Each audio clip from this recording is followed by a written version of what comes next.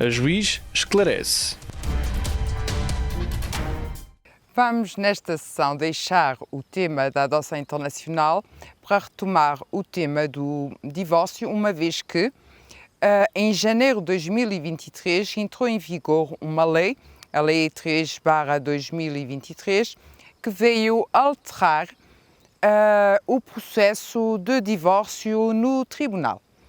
E então vou enunciar como é que antes de 2023, antes da entrada em vigor dessa lei, se processava o processo de divórcio no tribunal, para depois explicar que alterações foram levadas a cabo através dessa lei. Portanto, antes da entrada em vigor desse diploma, o pedido de divórcio sem o consentimento do outro cônjuge, porque é desse tipo de divórcio de que falamos, dava entrada no tribunal e o juiz, recebendo a petição e verificando que estava devidamente instruída, agendava uma tentativa de conciliação, a qual ambas as partes deviam comparecer, a não ser que estivesse ausentes da ilha ou do continente onde corresse o processo, e nesse caso podiam fazer-se representar por mandatário com poderes especiais para o efeito. Em todos os demais casos, o autor e o réu, e a parte contrária, eram obrigados a comparecer pessoalmente no tribunal para os fins dessa diligência. Nessa diligência, o juiz tenta a reconciliação do casal ou, não sendo possível, tenta que, por acordo, os autos sejam convertidos em divórcio com o consentimento do outro cônjuge. Ou seja, em vez de se passar para a fase posterior de julgamento em que se discutem os fundamentos do divórcio, o processo prossegue apenas, no caso de conversão, para a resolução das questões do divórcio. E quais são essas questões? São, portanto, a regulação das responsabilidades parentais quando haja filhos menores, o destino dos animais de companhia, o destino da casa de morada de família, ou seja, quem é que fica a viver na casa de morada de família até à venda ou partilha, saber se os cônjuges prescindem ou não de alimentos devidos a cônjuges e devem ficar também relacionados os bens comuns do casal. Nos casos em que haja essa conversão do divórcio sem consentimento, aquilo que se chamava divórcio litigioso, em divórcio com consentimento, que é o que se chamava o divórcio por mútuo consentimento, tem de ficar resolvidas no processo essas questões que eu enunciei. Caso não se verificasse esse acordo, o processo prosseguia então para a fase ulterior, que é notificava-se na tentativa de conciliação o réu do teor da petição inicial, portanto, dos fundamentos do divórcio, de que até aquele momento não teve conhecimento, porque apenas foi convocado para comparecer numa tentativa de conciliação num processo de divórcio. Nessa fase, o réu ainda não conhece os fundamentos do divórcio e só no caso de não haver possibilidade de reconciliação de casal ou de conversão do divórcio com o consentimento do outro cônjuge, só nesse caso é que o réu, portanto, a parte contrária àquele que propõe a ação, tem conhecimento do que vem escrito na petição inicial, sendo-lhe entregue nesse ato a documentação para, querendo, em 30 dias, contestar a ação. Nestas ações, independentemente de se contestar ou não,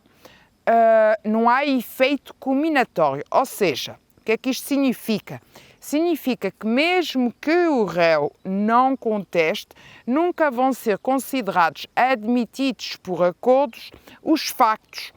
Terá de haver sempre produção de prova, porque estão em causa direitos indisponíveis, está em causa o estado das pessoas e a lei prevê que para esses casos, mesmo que não haja contestação, não se consideram confessados os factos, porque a lei não o permite. Decorrido o prazo da contestação, o juiz vai verificar se a ação pode prosseguir, vai elaborar um despacho sanhador. Se for caso disso, agendará uma audiência prévia para discussão das questões que se levantam e agendará a audiência de julgamento, na qual irá ser produzida a prova que tiver sido indicada. Finalmente, depois de produzida a prova, o juiz profere a sentença, decretando ou não o divórcio em função de estarem ou não reunidos os pressupostos necessários para o efeito, portanto, de acordo com os fundamentos que a lei prevê para o pedido de divórcio. E só nesse caso, portanto, de ter prosseguido a ação, é que o juiz vai apreciar os fundamentos do divórcio. Se a ação morrer logo na tentativa de conciliação porque ambas as partes acordaram em converter o processo num processo de divórcio por mútuo consentimento e tiverem chegado a acordo quanto àquelas questões do divórcio que eu enunciei, a sentença também é logo decretada em conformidade. Portanto, o juiz decreta o divórcio e condena as partes no cumprimento daquilo que foi acordado. Se, porventura, ambas as partes quiserem divorciar-se, mas não houver acordo relativamente a alguma das questões do divórcio, por exemplo, relativamente à questão da regulação das responsabilidades parentais, o processo irá prosseguir apenas para a resolução dessa questão. Já não irão ser discutidos os fundamentos do divórcio. Isto porque ambas as partes estão de acordo em que se convertam os autos em divórcio com o consentimento do outro cônjuge.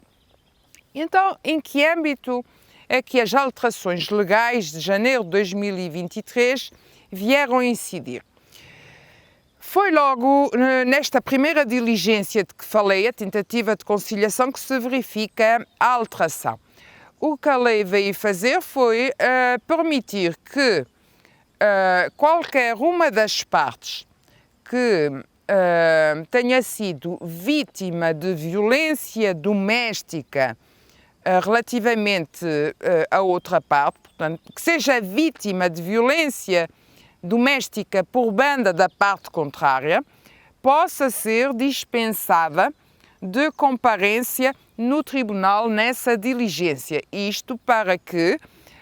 não se revitimize estando na presença da parte que praticou fatos criminais integradores do crime de violência doméstica. E nesse caso, o que é que processualmente tem de acontecer?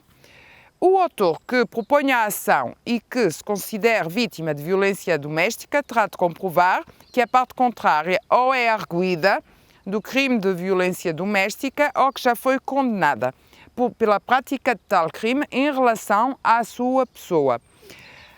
Juntará ao processo tal informação e documentação respectiva e, nesse caso, poderá ser dispensado de comparência. Relativamente ao réu que é citado e convocado para a tentativa de conciliação, embora a lei não seja muito clara nesse âmbito, não dizendo taxativamente que o réu também pode ser dispensado se for o autor, o agente do crime de violência doméstica, tem de se considerar, por uma questão de igualdade de partes e de paridade de situações, que também o réu que é convocado para a tentativa de conciliação e que tenha sido alvo da prática do crime de violência doméstica pelo autor, poderá ser também dispensado de comparência nessa diligência. Para tal, terá de comprovar que, documentalmente, que o autor também já foi constituído arguido pela prática de tal crime ou condenado. O que acontece é que nessas situações em que alguma das partes é dispensada de comparência nessa diligência, levanta-se o problema de saber como é que podem ser alcançados os acordos que permitiriam a convolução do processo em divórcio com o consentimento do outro. Portanto, a lei não resolve também essa questão. E penso que nessas situações em que existe uma dispensa de comparência na tentativa de conciliação, caso seja pretensão da parte que invoca essa faculdade, se tiver por pretensão chegar a algum dos acordos que se celebram nessa diligência ou se pretender a conversão dos autos em divórcio com o consentimento do outro, poderá fazer-se representar nessa diligência por mandatário com poderes especiais que venha no seu lugar exprimir a vontade de celebrar os acordos quer de regulação das responsabilidades parentais, quer quanto ao destino da casa de morada de família, quer quanto ao destino dos animais de companhia, quer quanto à prestação alimentar devida ou não à cônjuge e relacionar nesse âmbito os bens comuns de forma a pôr termo ao divórcio. Caso tal não aconteça, portanto, realizando-se a tentativa de conciliação com dispensa de comparência de alguma das partes, se não for possível, por esta via, converter o divórcio em divórcio com o consentimento do outro cônjuge, o processo que seguirá será o mesmo que eu atrás enunciei, ou seja, haverá citação, será entregue cópia da petição à parte contrária, que poderá contestar em 30 dias, haverá sempre lugar a um julgamento, onde irão ser produzidas as provas para a verificação dos fundamentos do divórcio e, afinal, será proferida a sentença. Portanto, o que veio alterar fundamentalmente na lei processual